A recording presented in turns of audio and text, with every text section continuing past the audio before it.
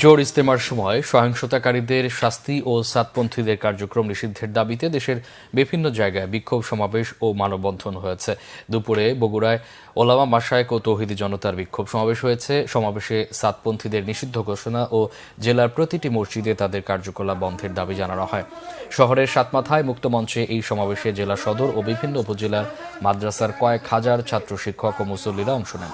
এদিকে ইজতেমা কেন্দ্র করে সহিংসতায় হতাহতের স্মরণে চাঁপানবাবগঞ্জেও সমাবেশ ও মানববন্ধন হয়েছে। দুপুরে জেলা প্রশাসকের কার্যালয়ের সামনের চত্বরে ওলামা মাশায়েখ সহ সর্বস্তরের তৌহিদি জনতার ব্যানারে এই সমাবেশ হয়।